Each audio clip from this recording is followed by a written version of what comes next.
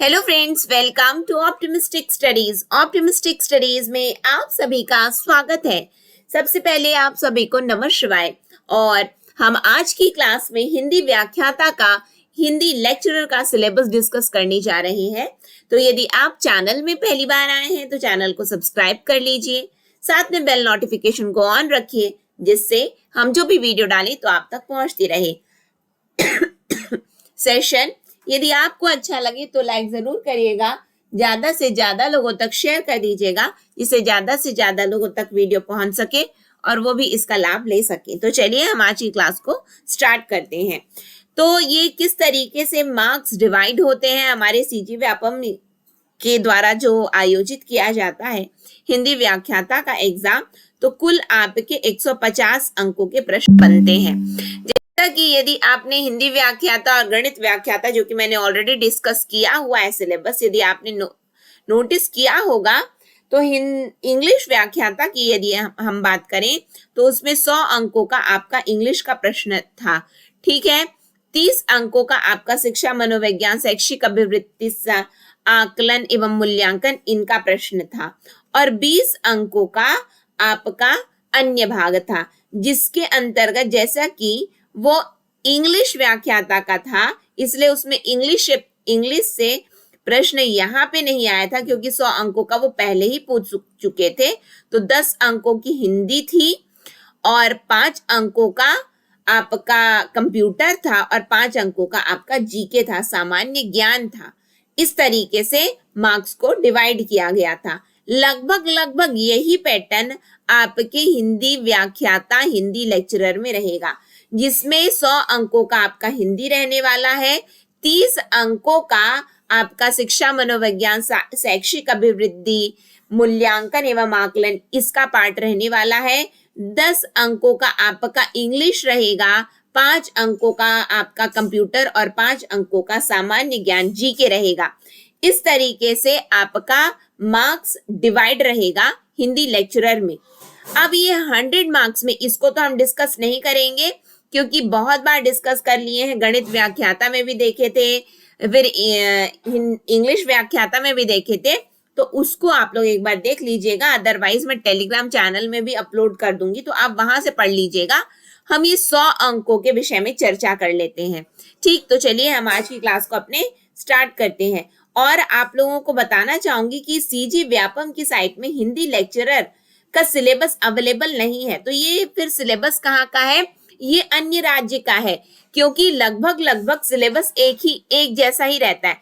थोड़ा बहुत चीजें आगे पीछे रहती हैं, या तो ज्यादा होंगी या तो कम होंगी, ऐसा ही रहता है। अदरवाइज लगभग पढ़ना तो वैसा ही पड़ता है हमें। ठीक, तो चलिए हम स्टार्ट करते हैं। सबसे पहले उच्च माध्यमिक स्तर के अंतर्गत हमें क्या करना पड़ता है, मतलब कि ये पूरा सिलेबस है।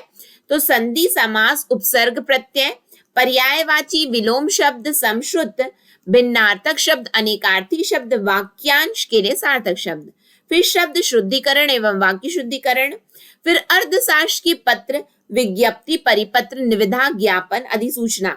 ठीक है, फिर उसके बाद मुहावरे एवं लोकोक्तियां, अपठित गद्यांश, अपठित पद्यांश, जनसंचार के प्रमुख माध्यम, तत्संबंधी लेखन एवं पत्रकारिता, कविता, कहानी, वार्ता, रिपोर्ट्स, डायरी लेखन, विषयक परिभाषा, तत्व आदि। शब्द शक्ति के अंतर्गत ये आपका भाग आ था। शब्द शक्ति के अंतर्गत आपको अभिधा, लक्षणा, व्यंजना पढ़ना है। अलंकार आपको पढ़ने हैं, यमक, श्लेष, उपमा, रूपक, उत्प्रेक्षा, संदेह, भ्रांतिमान, दृष्टांत, उदाहरण। छंद पढ़ने हैं हमें, दोहा, चौपाई, रोला, उल्लाला, गीतिका, हरिगीतिका। काव्य गुण, माधुर्य गुण, ओज गुण, प्रसाद गुण। काव्य रस, रस का स्वरूप, रसावयव, स्थायी भाव, विभाव, अनुभाव, संचारी भाव, विभिन्न रसों के लक्षण एवं उदाहरण।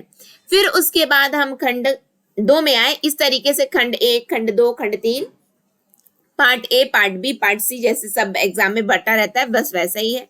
स्नातक स्तर के प्रश्न बनेंगे तो हिंदी साहित्य का इतिहास, जिसके अंतर्गत आपको इतिहास लेखन की परंपरा, प्रमुख इतिहास ग्रंथ, इतिहास लेखक, हिंदी साहित्य का आरंभ, काल विभाजन एवं नामकरण प्रथम था ये। सेकंड में आदिकाल पढ़ना है, जिसमें रचनाओं की प्रमाणिकता, प्रवृत्तियां, प्रमुख रचनाकार पढ़ने हैं एवं रचनाओं का परिचय, जिसमें चंदवरदाई और नरपति नाला विशेष करके पढ़ने हैं। लेकिन क्या केवल यही दोनों पढ़ने हैं? तो नहीं, प्रमुख रचनाकार लिखे हैं। भक्ति काल के अंतर्गत आपका सामान्य परिचय, भक्ति का उद्भव, विकास और दार्शनिक पृष्ठभूमि, जिसमें संत काव्य जैसे कि कबीर दादू के, सूफी काव्य जायसी मंझन के, राम भक्ति काव्य तुलसीदास जी के, कृष्ण भक्ति काव्य सूरदास मीरा नंददास के। रीति काल के अंतर्गत रीति से तात्पर्य, रीतिबद्ध, रीति सिद्ध एवं रीति मुक्त, तत्कालीन काव्य की सामान्य प्रवृत्तियां एवं विशेषताएं, प्रमुख रचनाकार एवं रचनाओं का परिचय, देवभूषण बिहारी घनानंद।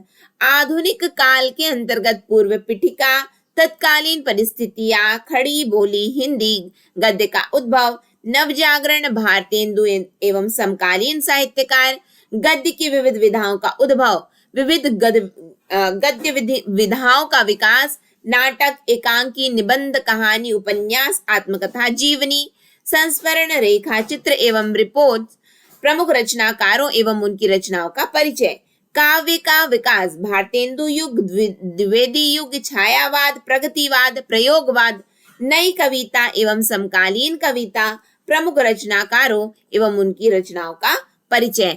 फिर है हम आ जाते हैं स्नातकोत्तर स्तर में, काव्य हेतु, लक्षण एवं प्रयोजन, रस निष्पत्ति, साधारणीकरण, ध्वनि सिद्धांत, वक्रोक्ति सिद्धांत, अरस्तु का अनुकरण सिद्धांत, लोजाइनस का उदात्त तत्व, मनोविश्लेषणवाद।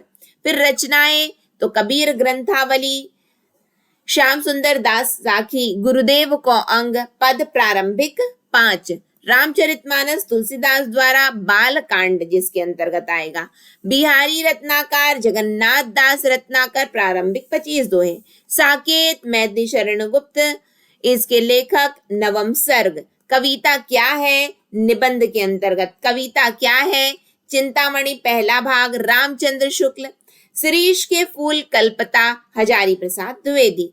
कहानियां, कफन जो कि प्रेमचंद जी के द्वारा, पुरस्कार, जयशंकर प्रसाद, यही सच है, मन्नू भंडारी। हिंदी भाषा, उद्भव और विकास, बोलियां, उपबोलियां, राजभाषा और देवनागरी लिपि। ये आपका सिलेबस रहा।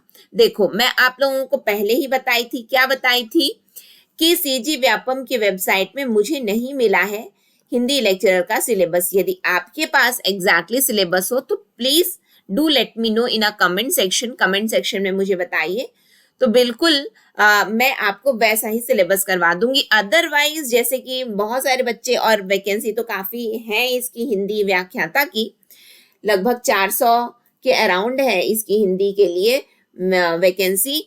तो मैंने आप लोगों को ये सिलेबस क्यों दिखाया कि लगभग आप पढ़ाई अपनी स्टार्ट तो करिए। जब एग्जैक्टली सीजी व्यापम के द्वारा सिलेबस जारी कर दिया जाएगा तो मैं आपको वो वाला सिलेबस एग्जैक्ट दिखाऊंगी। बट यदि आप अभी भी ये सोच रहे हैं पढ़ें, क्या पढ़ें, कैसे पढ़ें, क्या है, तो स्टार्ट करिए पढ़ना, है ना। इसलिए मैंने ये सिलेबस दिखाया आप लोगों को, और पहले ही मैंने आपको बता दिया कि आपका ये सीजी व्यापम का सिलेबस नहीं है, अन्य राज्य का सिलेबस है। तो कोई भी कमेंट सेक्शन में इस प्रकार का कोई कमेंट ना करें, क्योंकि मैंने आपको पहले ही बता दिया। यदि आपके पास हो तो बिल्कुल कमेंट सेक्शन में बताइए कि मेरे पास है, तो हम वैसी व्यवस्था करेंगे कि आप मुझे वो सिलेबस दे सके और हम उस पर भी चर्चा कर लेंगे। ठीक, जब तक के लिए सिलेबस नहीं है आपके पास, इसको पढ़िए, क्योंकि मोर और लेस सिलेबस लगभग एक होता है। क्वेश्चंस वैसे ही आते हैं यदि आप अन्य राज्यों की भी बात करें, क्योंकि ये अगेन ये स्कूल लेक्चरर का ही है, यानी कि हिंदी लेक्चरर, हिंदी व्याख्याता का ही सिलेबस है ये, ठीक है, अन्य राज्य का। तो यहाँ पे मैं आज के सेशन को एंड करूंगी। आशा है कि ये क्लास आपके लिए उपयोगी साबित हो। नेक्स्ट सेशन में हम मिलते हैं।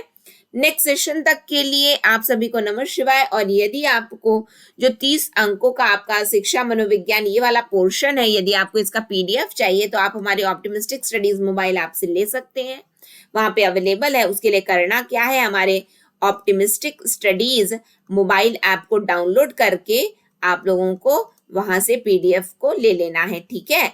तो फिर आज की क्लास को एंड करेंगे और कहीं पे भी कोई भी डाउट हो तो इस नंबर पर पूछ लीजिएगा 9584532690। या फिर जैसे कि आपका सहायक शिक्षक इसका भी कोर्स परचेज करना है, CGTET का कोर्स परचेज करना है, तो वहीं से आप ले सकते हैं मोबाइल ऐप से। ठीक है, नेक्स्ट सेशन में मिलेंगे। नेक्स्ट सेशन तक के लिए आप सभी को नमः शिवाय, optimistic learning. Thank you for the session. जय हिंद, जय भारत, जय छत्तीसगढ़।